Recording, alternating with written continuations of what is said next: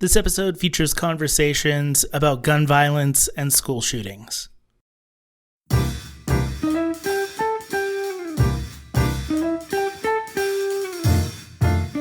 If you're like me, you're tired of everybody having the same Funko Pop figures and Super Mario t-shirts. That's why this episode of Modern Mouse is brought to you by The Geeklery.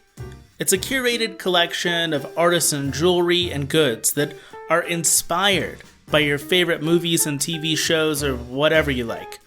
If you love Disney or Harry Potter or video games or tiki culture, The Geeklery creates one-of-a-kind pieces that you can wear or showcase however you'd like. Better yet, for every purchase, The Geeklery donates 5% of its earnings to the Pop Culture Classroom, an organization that helps educate, inspire literacy, and cultivate diversity in students through their use of our favorite stories. Find the unique item that represents you today at geeklery.com. That's geek, Lery.com.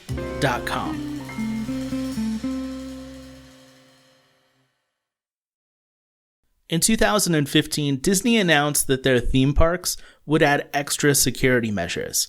And this was on top of the bag check that most guests would go through, which was implemented in response to the terrorist attacks of September 11th, 2001.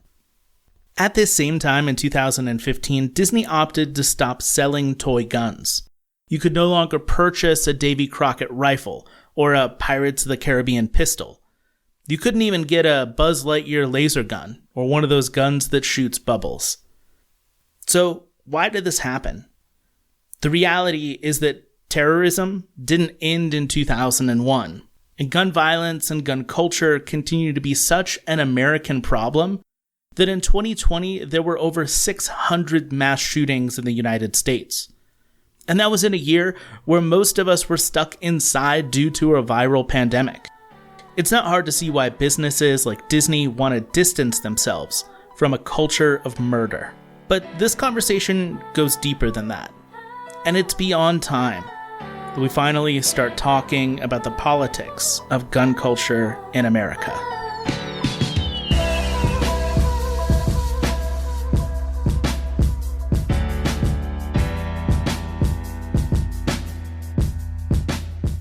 My name's Josh Taylor, and you're listening to my podcast, Modern Mouse, a look at the less magical side of life through the most magical lens I know, the Walt Disney Company.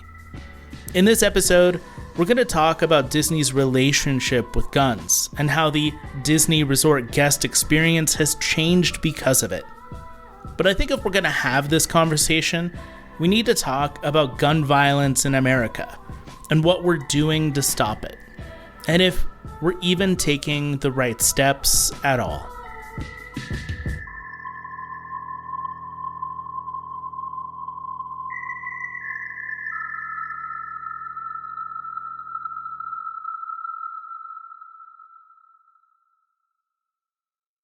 I wanted to make my own feature documentary on the topic because I felt like it wasn't covered enough in a way that the survivors were able to speak out and be able to tell our side of the story. I felt like the whole narrative was, told by other people that weren't there. And that was really, really important to me.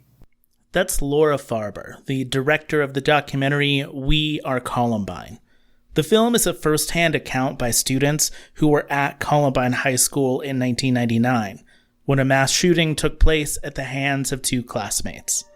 Laura, like the subjects of her film, was in school that day. 10 years ago even, would have been hard to make this film because people didn't want to talk about Columbine. And still, honestly, to this day, a lot of people don't want to talk about Columbine. They don't want to talk about trauma, and especially like really personal trauma, and then personal trauma that was made public. It's a hard and sensitive line to walk. The tragedy of Columbine High School has always hit home for me. I went to school less than 10 minutes away at that time, and for years I drove past Columbine to go to work or to college.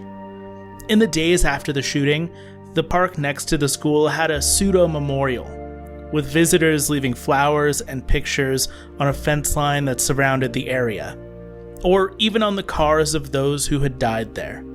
In 2007, a proper memorial was built at the park, just 100 yards from the school, and I had never gone to see it. So I went.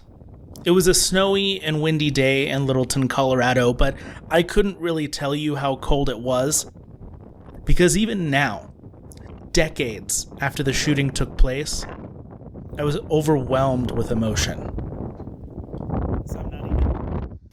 There's a plaque out front that reads, "On April 20th, 1999, in a senseless act of violence, 12 students and 1 teacher were killed, and many others injured at Columbine High School.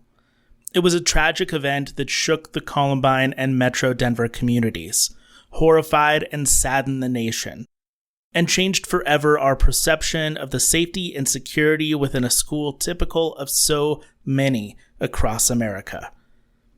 Over time, Columbine parents, students, and faculty and community leaders designed and constructed this Columbine Memorial to remember those killed and injured that day and to honor their lives. This memorial is dedicated to those innocent victims so that they are never forgotten." My name is David Dr. Skipper Marley. I'm a former Jungle Cruise skipper, history professor, author, artist of all things Disney Jungle Cruise related. I met David a few years ago after seeing him run and perform at a skipper show, a stand-up comedy night featuring Disneyland Jungle Cruise skippers. For those that are unaware, the Jungle Cruise is a boat ride where skippers tell jokes and give you a guided tour of the jungle. Each boat is equipped with a speaker system so the skippers can tell you their jokes, and a fake gun so that the skippers can scare away robotic hippos. So let me ask you, what was the reasoning for taking guns off the skipper boats initially? You came to me at a good time. Like 6 months ago, I wouldn't have known. But a lot of it had to do with the shooting at Columbine in April of '99. That next day, they went through at the order of Cynthia Harris, who was then the park VP. They went through and removed every video game that had guns on it. They went through and unplugged all of them. 2001, they stopped selling all gun toys across the park, like the rubber band guns, even like the space guns. They stopped selling all of those. That was like earlier in 2001. And then by early September, they announced all guns were leaving the Jungle Cruise as well. And so it's kind of related to Columbine, but it took more than 2 full years after that. It was like a slow process to get rid of guns everywhere. The impact of Columbine cannot be understated. There were mass shootings before Columbine, but it truly was a landmark moment in American history that changed the culture, at least temporarily. The documentary Bowling for Columbine came out in 2002 as an examination of gun culture, the National Rifle Association, and how gun lobbyists were in the pockets of politicians. There were discussions about adding more restrictions to guns or what guns could even be sold. The political discourse also revolved around violent video games and movies and music. It seemed like things were really starting to change. But ultimately, they didn't. And by 2004, Disneyland was back to selling toy guns, and the Jungle Cruise skippers were back to handling their prop guns. I thought the move to take them away was based on fear. And I think, if I can be very blunt with you, I think Disney makes decisions based on fear way too often. It's not about any complaint, it's about any perceived complaint, and then they panic. And then people are afraid they may lose their jobs, and so they just start banning things. And this is an example of that. They said, nope, no guns anywhere. That's it. And then a couple years later, it's like, well, why? Why were they taken away? Oh, because we were in a panic. That's why.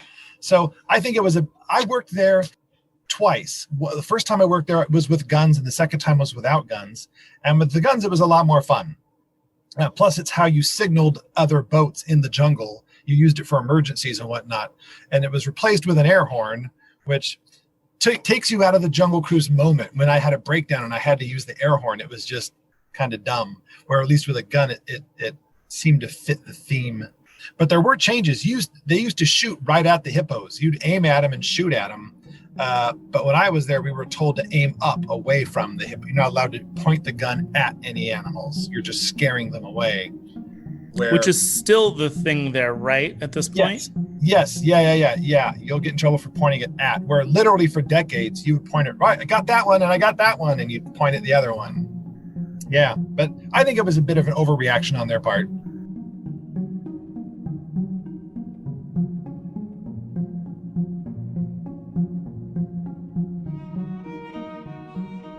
It's easy to be reactive, to put the blame on something else.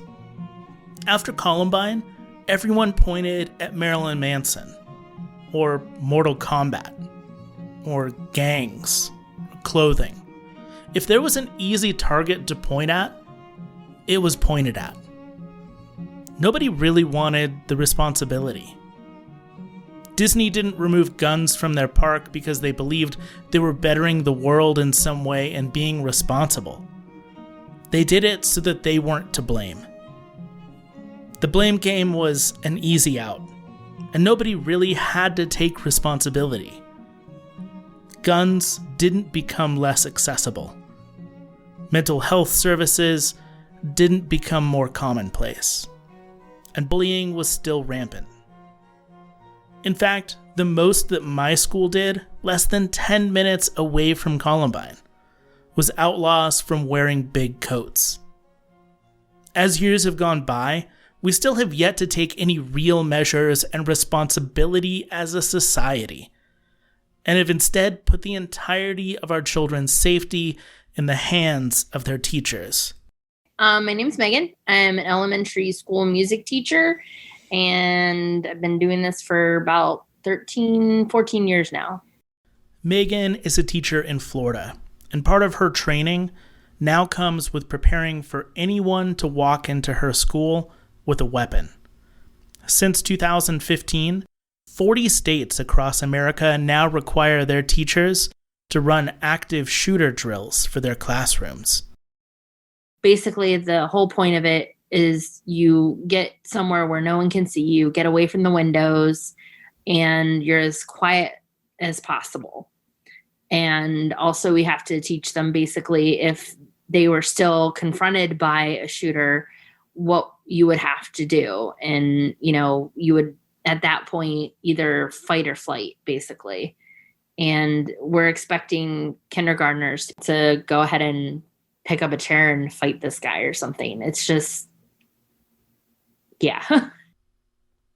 I wanted to know more about active shooter drills and wanted to understand the mentality of students and teachers during these drills. I talked to Mary, a high school teacher from Chicago, who told me that after the Parkland shooting at Stoneman Douglas High in 2018, her students wanted to be even more prepared. I had a situation one time in my classroom. The lockdown was over and we were going back to the desks. I hadn't unlocked or taken the cover off of the window of my door. And all of a sudden somebody came to the door and started jiggling the handle. And they looked at me with this panic look in their eyes. And I was, be honest with you, a little panicked, like what's going on? Because one of the things teachers have talked about sometimes, what would be the perfect time to come after us is during a lockdown drill. For someone, a kid who happened to be there who's like, all right, I happen to have a gun on me, this or that. So, that would be the perfect time when someone would come after us. So I looked at the kids, I eyeballed them, basically to go back to the corner, and we kept our mouths shut. They were perfect. I was so impressed with them. But that's when I saw a little bit of fear in their eyes. Now, I had some kids, not everybody can get to where they're completely away from the door. And they looked at me and went to the desk like, I'm ready to chuck the desk. And I've told the kids before, that is your choice if you want to take action. And that's the thing. They have the choice. So you bring up, Josh, a good point where we want to empower kids to feel like they have some control of the situation.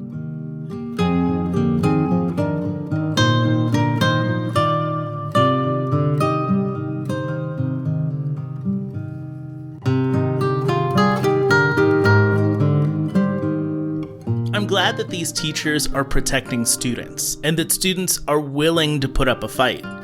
But isn't it a little crazy that the burden of school shootings has been saddled with kids? And the people who are supposed to be teaching them science are also teaching them survival tactics. As more mass shootings have happened, Disney, like other companies, have changed their policies. Rather than being reactionary to a singular event, thoughtfulness has gone into some of their decision-making. I got my Pirates pistol, oh my gosh, I don't remember exactly the year. I was very small, and I remember, I've always loved Pirates of the Caribbean, and so when I saw the toy in the store, I was like, oh, I gotta get that because, like, the Pirates have it, so, like, I need one too, and I was so excited. I asked my friend Jenny Ray, a local Southern California resident and a big Disney fan, about her pistol that she got at Disneyland when she was young. She actually dug through some boxes in order to show it to me for this interview. She was very excited about it. But when talking about her feelings on it now, she, just like the company it came from, has changed. I mean, I'm completely fine that they stopped selling them, obviously, with like the world is always changing, and I don't think it would be that great with how everything's gone down with violence and stuff to be selling, weapons, basically. Especially because the one that I have, it looks much more realistic than when they came out with the orange ones, And it's just kind of weird to think like, oh, this was a child's toy. Like, I have a gun that's used to actually shoot people. It's very weird. Very weird. Disney no longer selling toy guns was done out of practicality. Getting through security checks would be a hassle if you had to pull what seemed like a real weapon from your shopping bag. Disney was taking a realistic approach, as well as a social stance that they have since stood by since removing guns in 2015. And it's not just Disney looking at the changing culture around toy guns. A program in Hempstead, New York, hosts a yearly roundup of toy guns, and the town actually buys toy guns back from residents. So is this a good idea to curb gun violence or just more political correctness run amok? Well, here to react, former Tucson police officer and director of urban engagement at Turning Point USA, Brandon Tatum. Brandon, okay, so the folks that support this program say, first of all, we don't want guns being confused with real guns. And second of all, are we teaching our kids the right things when they take a gun out and play with it? What do you say? Yeah, I think this is an overreaction. I disagree 1,000%. It's not the guns aren't dangerous. Okay, people who are dangerous are using weapons, whether it's a gun or not, are the ones who are dangerous. I think that we need to teach our children about gun safety. We need to give them access to education on these topics, because if we really cared about the safety of children, Brandon Tatum is sort of right here. He goes on to say that gun violence in and of itself isn't really an issue, but countless school shootings are proof that gun violence is very much an American issue. But in truth, big, colorful Nerf guns and water guns aren't something we should be talking about. Like heavy metal music or violent video games, toy guns are another thing that we can blame as a larger society. Should we be rethinking the sale of replica toy guns that look real? Sure.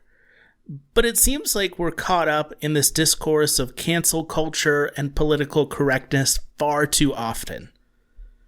I talked with Laura, who now resides in Texas, about her feelings on gun culture as a mass shooting survivor. Oh, gosh. Well, I think that, first of all, I have to say that living in Texas, it's really hard to see outside of that. But when I do talk to, let's say, gun advocates, I believe that group, those people, they're ready to change and they're ready to advocate for change. But they don't know where to start. Right. And, for those like NRA members and Second Amendment supporters and gun owners, I think they've just wondered for a long time how they can advocate for change, but still protect their rights. Right. And I think they're starting to maybe realize, and hopefully, you know, a couple people have approached me after screening the film, and they've said, you know, perhaps we should stop worrying about that and worry about what needs to happen to prevent gun violence. You know, bipartisan groups, you know, we can actually unify, come together and advocate for change without any judgment or criticism for one's beliefs. Like, that sounds really nice, and a nice little package. But I do think that so many people are jaded because of how divided our country is on every other issue, that if we just shift focus on the human side of trauma, you know, not just the event itself, and address some of these things that people don't want to talk about, I think then we start to see a change, and those people can cross over, I guess, more or less, you could say. How do we stop mass shootings? It's a really complicated conversation to have. There isn't a singular solution. Gun restrictions are just one part of the conversation that people might actually be interested in. Social norms have changed since Columbine.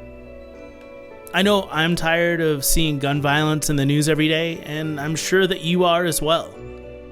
This isn't about toy guns or active shooter drills. Those are both band-aids, something that makes us feel better, but underneath that covering is a wound that still hasn't healed.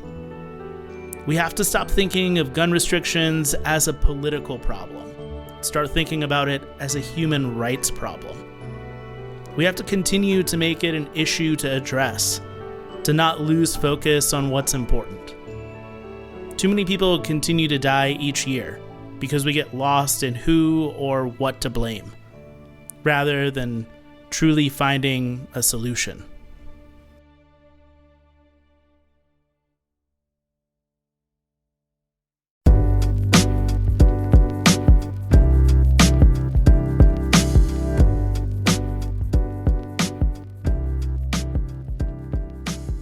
Before I finish out this episode, I want to give a quick shout to my guests. I can't thank Laura Farber enough for not only talking to me, but making an amazing documentary film with We Are Columbine, which I revisited when I put together this episode. If you want to watch it, you can by renting it on Amazon or iTunes, or you can visit wearecolumbineFilm.com for more info. If you're interested in all things Jungle Cruise, I highly suggest David Marley's books, Skipper Stories and More Skipper Stories, Tales from Disneyland's Jungle Cruise, where he's compiled a great collection of different stories from skippers throughout the decades. Thanks to Mary and Megan for opening up to me about active shooter drills. You can find Mary on Twitter at DVC_Mary and Megan at MegaDiz13. You can also find Jenny Ray across various social media platforms as Lil Ray Cakes, where she shines as a personality with various sketch comedy characters. You can find me on Twitter or TikTok these days at ModernMouseJosh. And if you like this episode, be sure to subscribe to the podcast wherever you listen and leave a rating or review. Share it with a friend. It helps the show out. And until next time, my friends, thanks for listening and keep moving forward.